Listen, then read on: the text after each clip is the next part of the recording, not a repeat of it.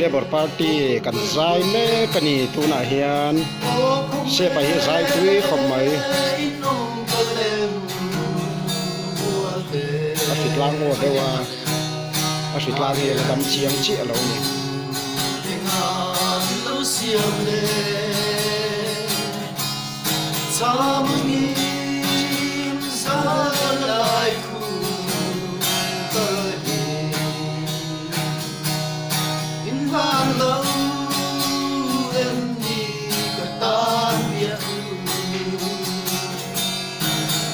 say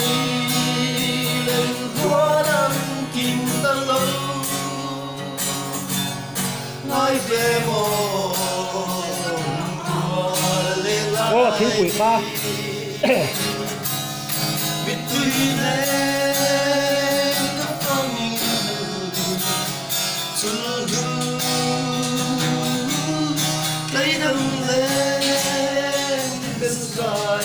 lâu dài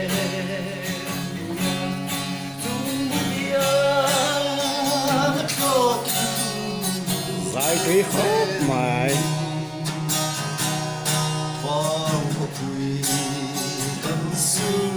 hú sông tê mà sen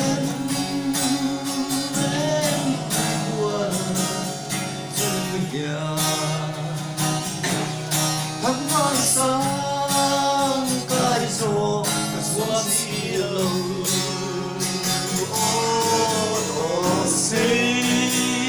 lên hoa đăng im ta lâu nói về một lên lại biết tuy hết